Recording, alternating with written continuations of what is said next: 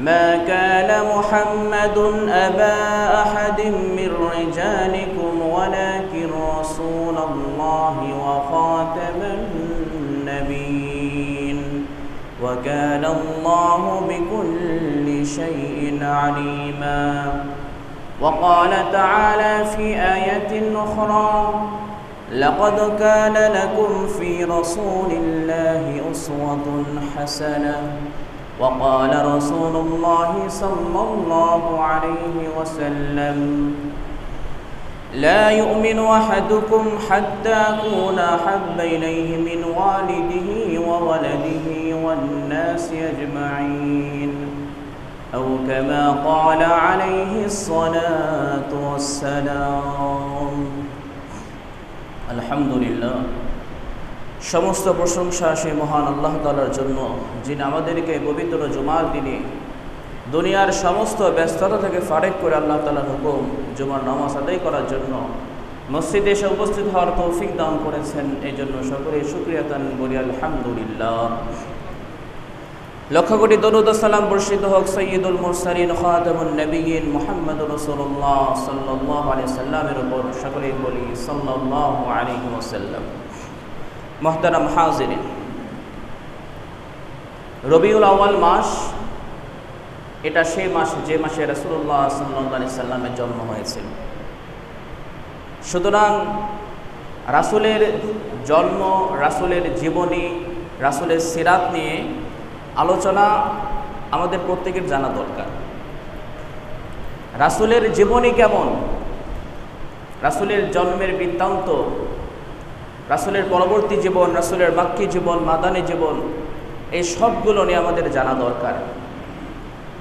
কিন্তু অধিকাংশ আমরা মুসলমান রাসূলের জীবনী সম্পর্কে বেখবর। তো যাই হোক, অল্প সময়ে যতটুকু আলোচনা করা যায়, গত সপ্তাহে কিছু আলোচনা করা হয়েছিল, এই সপ্তাহে কিছু আলোচনা করা হবে, আল্লাহ তাআলা যতটুকু তৌফিক দেবে ইনশাআল্লাহ। রাসূলুল্লাহ সাল্লাল্লাহু আলাইহি সাল্লামের জন্মের পূর্বেই ওনার পিতা আব্দুল্লাহ ইন্তেকাল করেন। রাসূলের পিতার নাম ছিল আব্দুল্লাহ, তার দাদার নাম আব্দুল মুত্তালিব। তা আব্দুল মুত্তালিব রাসূলের পিতা আব্দুল্লাহকে মদিনায় পাঠিয়ে দেন খেজুর আনার জন্য।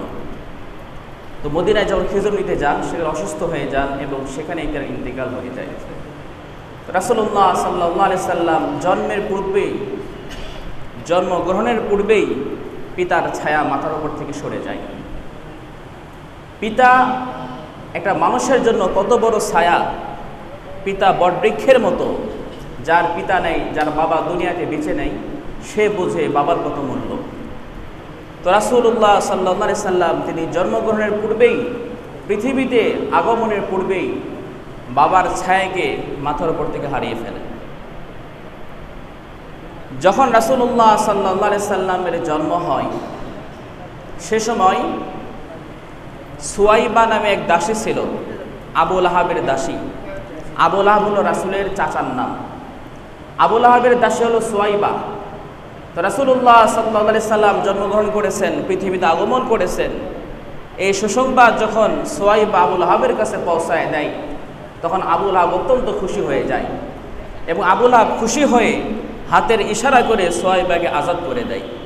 সুয়াইবা ছিল আবু লাহাবের দাসী।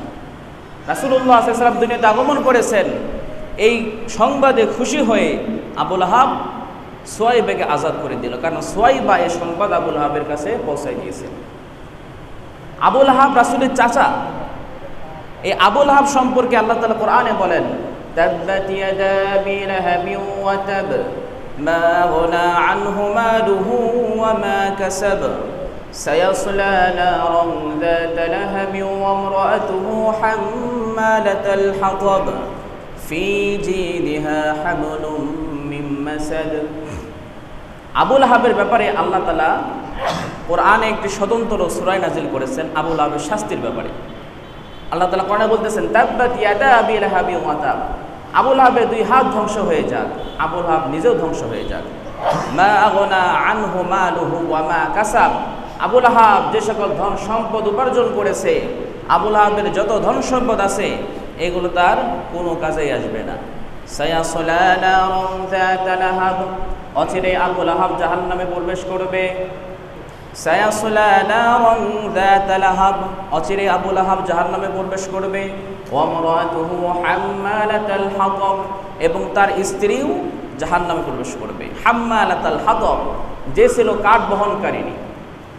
আবু লাহাবের স্ত্রীর নাম ছিল উম্মে জামিল। সে ধনী ছিল, টাকা পয়সা ছিল, কিন্তু খুব কৃপণ ছিল। এই জন্য চুলা জ্বালাবে যে কাঠখড়ি দরকার, এগুলো সে বিভিন্ন জায়গা থেকে কুড়ায় নিয়ে আসতো। এই জন্য আল্লাহ তাআলা বলতেছেন হাম্মালাতাল হাতাব, যে কাঠ বহনকারিণী ছিল, সেও জাহান্নামে প্রবেশ করবে।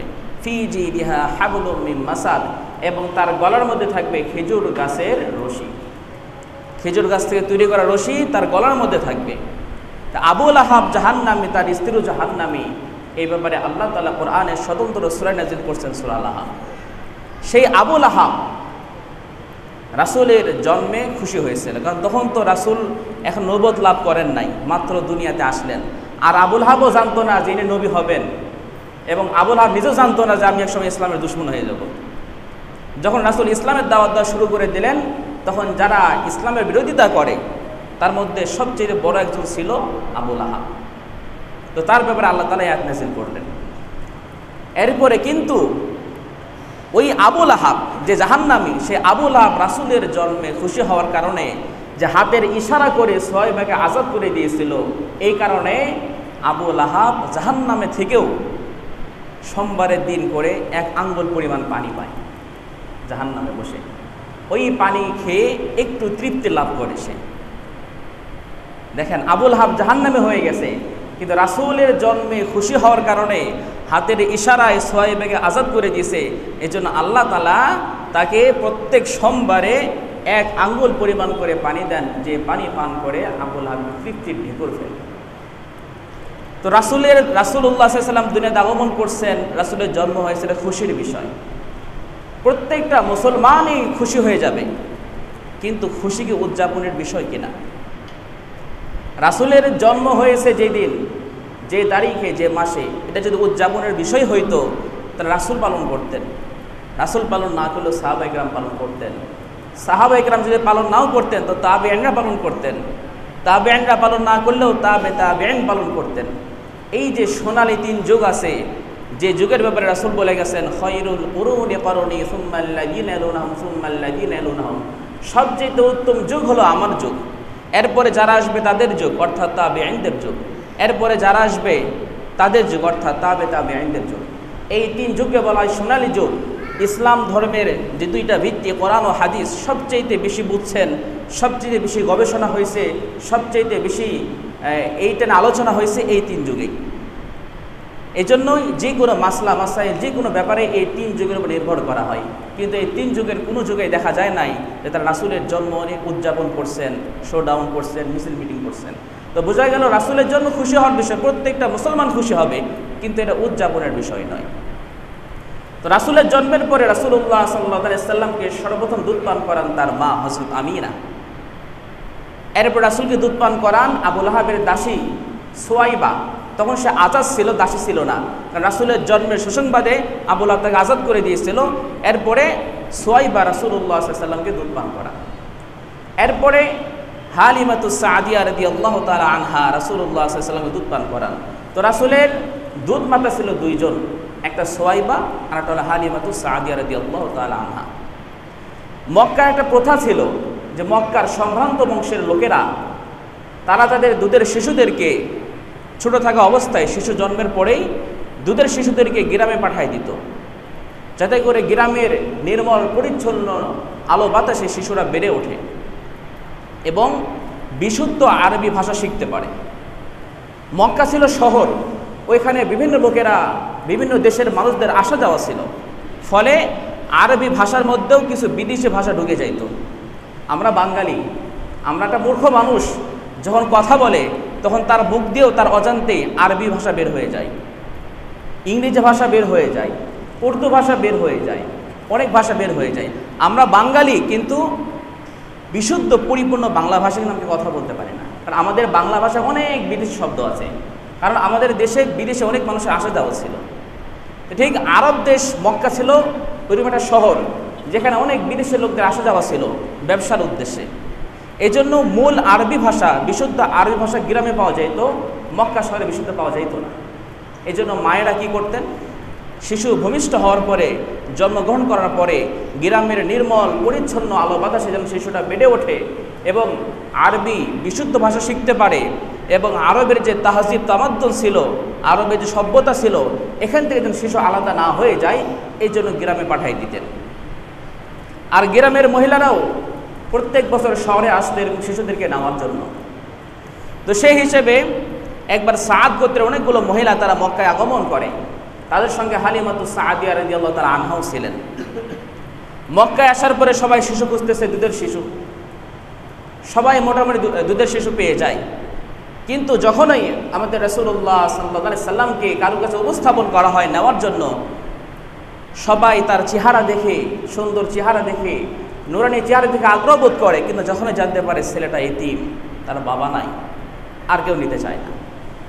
চেহারা দেখে, নুরানি চেহারা দেখে সবাই আগ্রহ বোধ করে, যখন জানতে পারে ছেলেটা এতিম, তার বাবা দুনিয়াতে নাই, জন্মের পূর্বে তার বাবা মারা গেছে, তখন আর কেউ গুরুত্ব দেয় না, আর কেউ নিতে চায় না।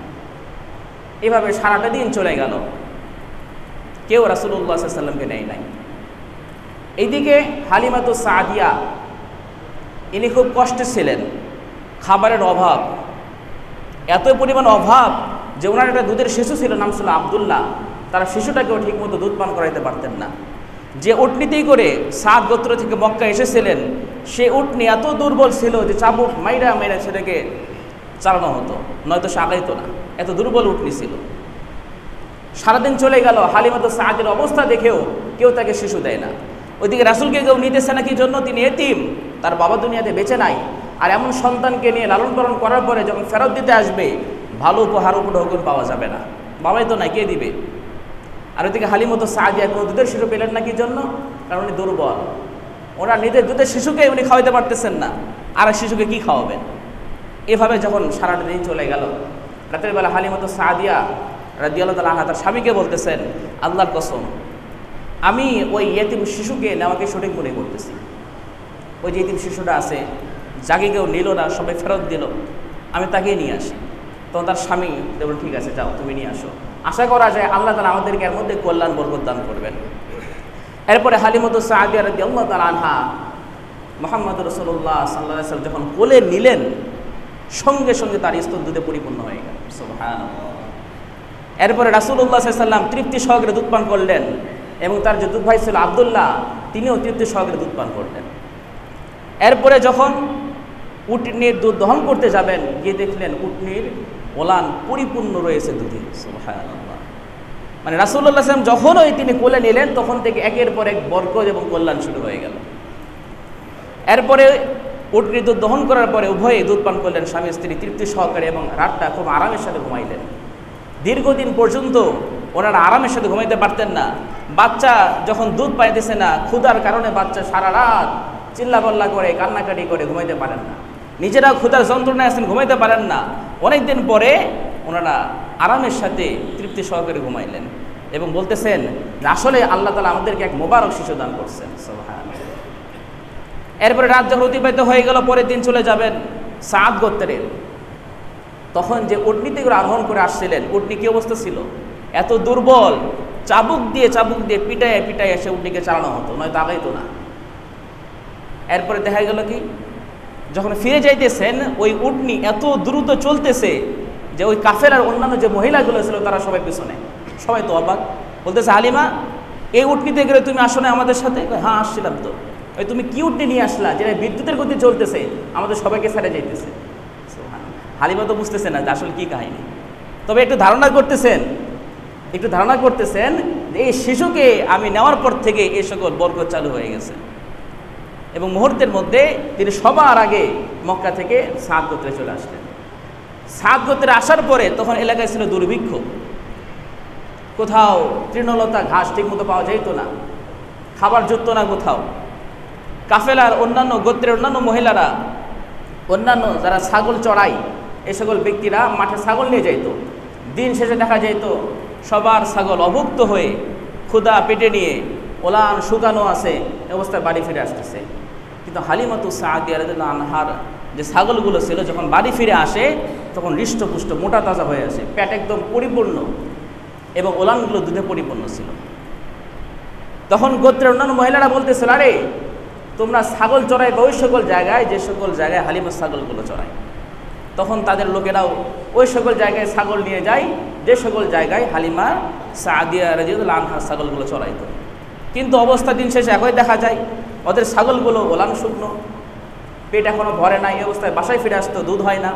হালিমার যে ছাগলগুলো যখনই বাড়ি ফিরে আসে পেট থাকে পরিপূর্ণ, ওলানো থাকে দুধে পরিপূর্ণ। আসলে এটা তো মাঠের তো কোনো কৃতিত্ব নেই এখানে। এখানে যে অবস্থা ঘটতেছে এটা হালিমা সাদিয়ার ঘরে যে রত্ন আছে এই রত্ন তো তাদের ঘরে নাই। এভাবে আল্লাহ তাআলা একের পর এক হালিমা সাদিয়া রাদিয়াল্লাহু আনহার ঘরে বরকত প্রকাশ পেতে থাকলো। এভাবে যখন 2 বছর হয়ে গেল, এখন ফিরে দিয়ে আসার সময় হয়ে গেল, তখন হালিমা সাদিয়া রাদিয়াল্লাহু আনহা রাসূলুল্লাহ সাল্লাল্লাহু আলাইহি ওয়াসাল্লামকে সঙ্গে নিয়ে মক্কায় চলে গেলেন। হযরত আমিনার কাছে দিয়ে আসলেন, দিলেন, দেওয়ার পরে মন তো মানতেছে না। এই পরিমাণ বরকতপূর্ণ শিশু, এটা যে শিশুকে ঘরে রাখলে শুধু বরকত আর বরকত পাওয়া যায়, সব কিছুতে বরকত থাকে, এই শিশুকে দিয়ে আসবো মন মানতেছে না। আবার বললেন আমি নিয়ে যাই শিশুটাকে।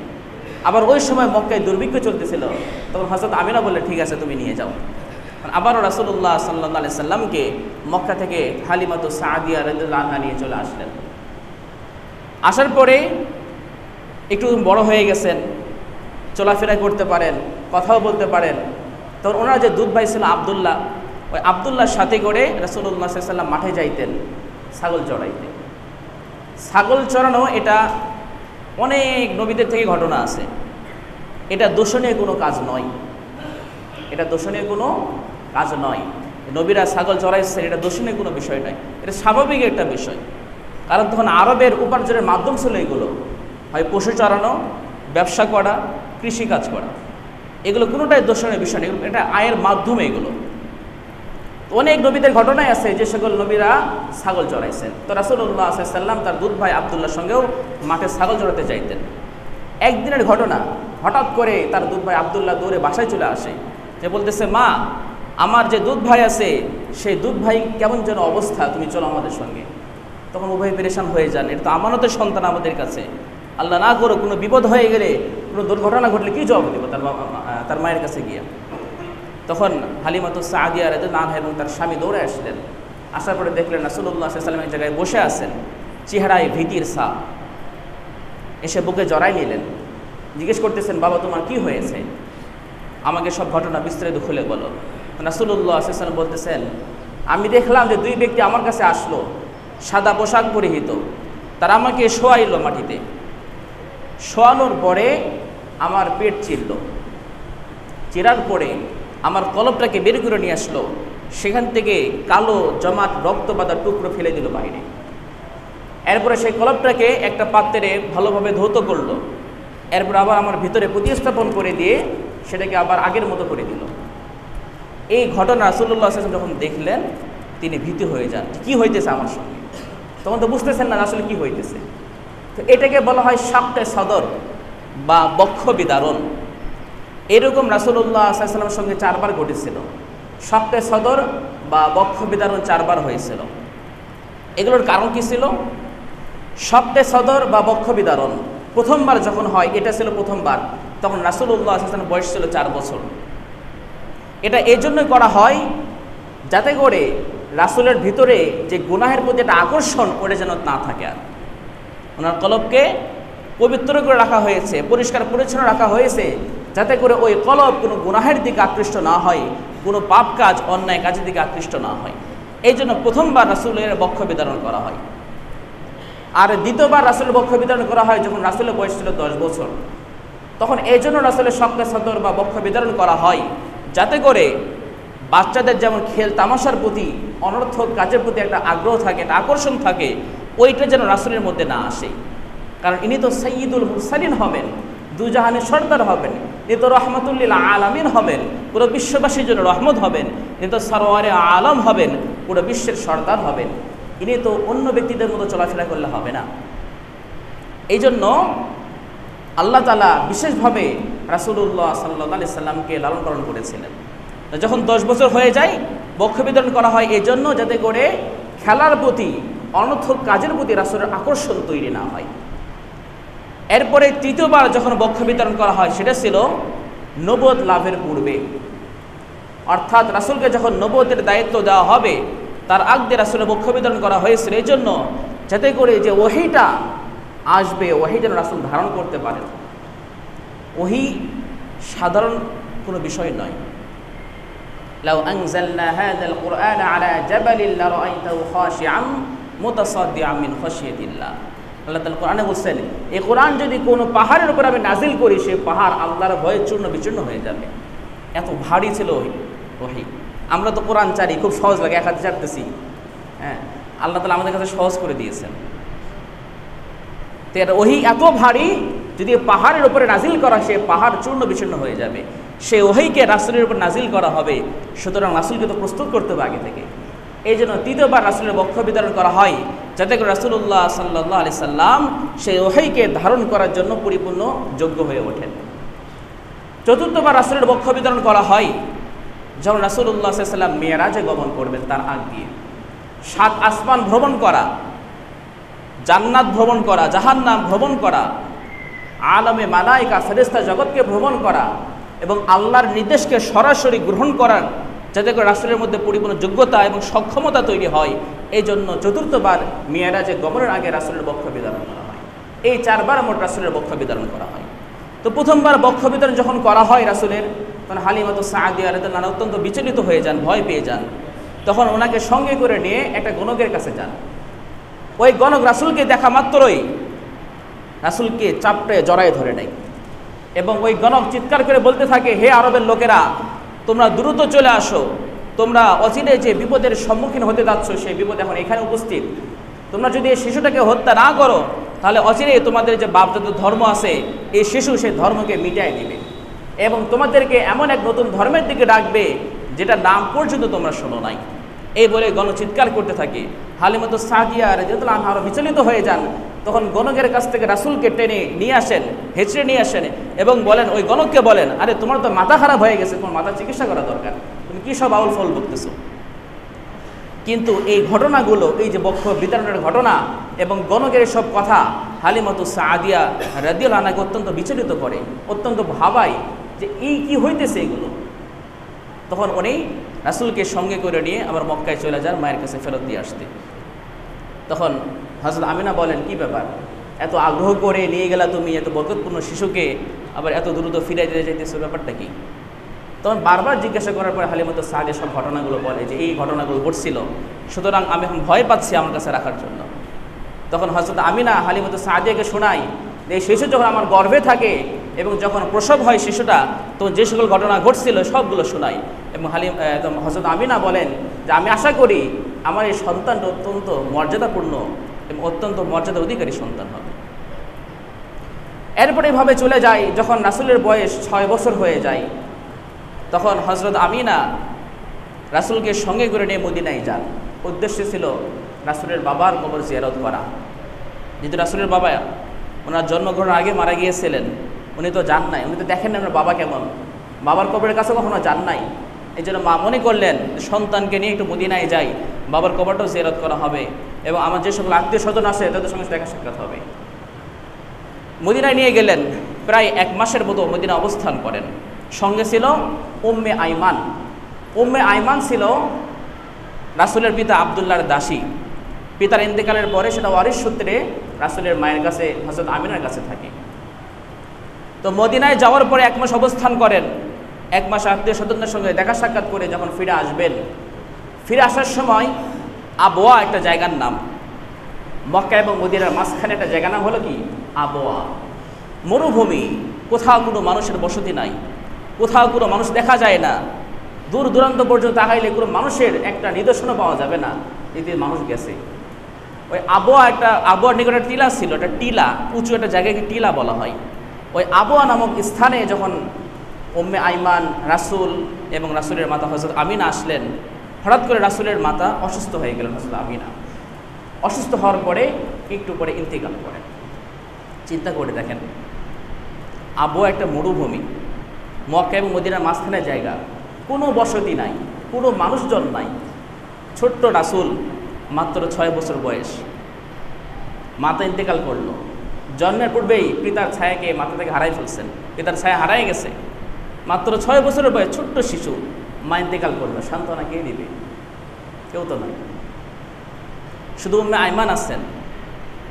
অবস্থা কীরকম হতে পারে এটা আসলে যার সঙ্গে ঘটবে না সে কল্পনা করতে পারবে না, যার সঙ্গে ঘটবে না সে কল্পনা করতে পারবে না কতটা দুঃখ দুর্দশা। না জানি রাসূল কত কান্নাকাটি করছেন মায়ের জন্য ওখানে। ওই অবস্থায় উম্মে আইমান এবং রাসূল 6 বছর বয়সের শিশু দুজন মিলে নিজের মাকে দাফন করলেন। কেউ তো নাই দাফন করার, কে দাফন করবে? একটা মরুভূমি, কোনো মানুষকে ডাকলেও চিৎকার করে গলা যদি ফেটেও যায় তবু কেউ আসবে না, কারণ আমার ডাক তো সে পর্যন্ত পৌঁছবেই না। ওই জায়গায় রাসূলের মায়ের ইন্তেকাল হয়ে গেল। এরপরে উম্মে আইমান এবং আমাদের ছোট্ট রাসূলুল্লাহ সাল্লাল্লাহু আলাইহি সাল্লাম মাকে দাফন করলেন। এরপরে উম্মে আইমান সঙ্গে করে রাসূলকে নিয়ে আসলেন মক্কাতে।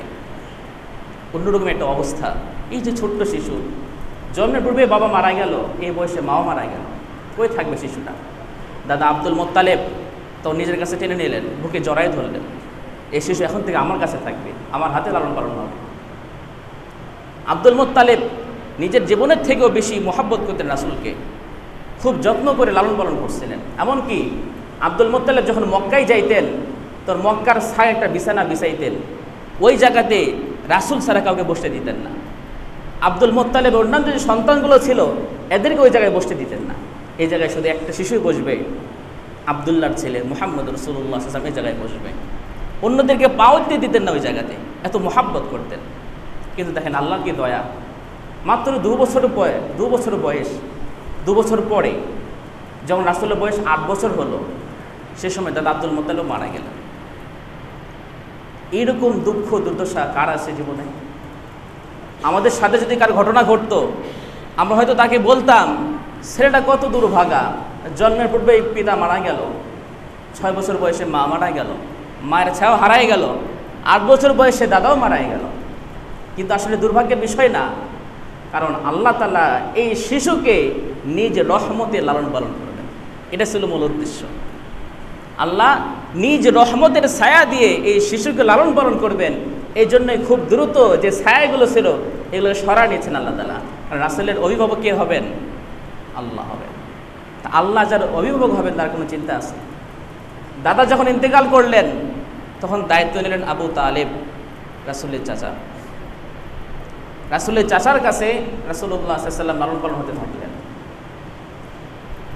আবু তালেব মৃত্যু পর্যন্ত রাসূলকে অত্যন্ত মহব্বত করে, এমনকি নিজের যে সকল সন্তানাদি ছিল নিজের সন্তানদের থেকেও বেশি রাসূলকে অগ্রাধিকার দিতেন, রাসূলকে প্রাধান্য দিতেন, রাসূলকে বেশি মহব্বত করতেন নিজের সন্তানদের থেকেও।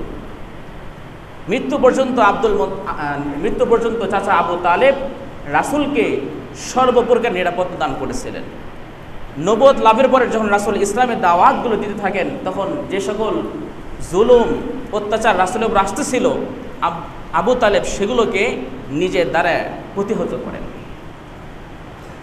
আসলে রাসূলের সিরাত নিয়ে বলতে গেলে শেষ হওয়ার মতো বিষয় না, এটা মাত্র অল্প কয়েকটা কথা বলতে সময় শেষ হয়ে যায়। এই জন্য রাসূলের সিরাত, রাসূলের জীবনী আমাদের প্রত্যেকের জানা উচিত। আমি একজন মুমিন মুসলমান, আমি রাসূলের জীবনী সম্পর্কে ওয়াকিফাল নই, রাসূলের জীবনী সম্পর্কে সামান্যতম জ্ঞানও আমার নাই।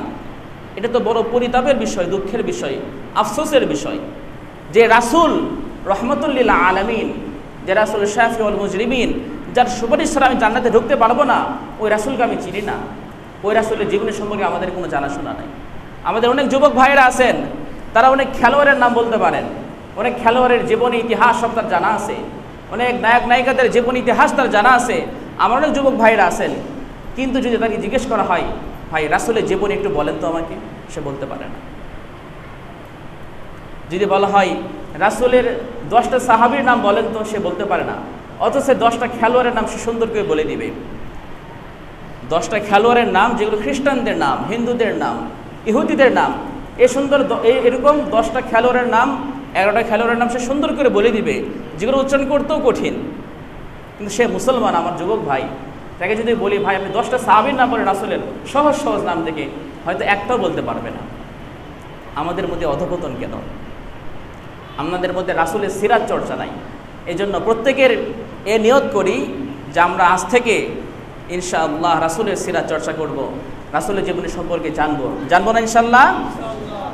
অবস্থা আস্তে হয়ে গেল। রাসূলের জীবনী জানার পর আমাদের আগ্রহবোধ আছে। হ্যাঁ, আমরা প্রত্যেকেই ছোট্ট একটা কিতাব হলেও, ছোট্ট একটা বই হলেও রাসূলের জীবনী সম্পর্কে পড়ব। রাসূলের জীবনী সম্পর্কে ছোট্ট একটা বই, খুব বেশি বড় না, সংক্ষেপে খুব সুন্দর করে লেখা আছে সিরাতে খাতামুল আম্বিয়া, বাংলা ভাষা অনুবাদ আছে। মূল কিতাব উর্দু, তো বাংলা ভাষা অনুবাদ আছে। ছোট্ট একটা কিতাব, এটা যদি আপনি পড়তে পারেন 80 থেকে 100 পৃষ্ঠা হবে, ছোট্ট একটা কিতাব। এই কিতাব যদি পড়তে পারেন রাসূলের জীবনী সম্পর্কে মৌলিক ধারণা আপনার অর্জন হয়ে যাবে।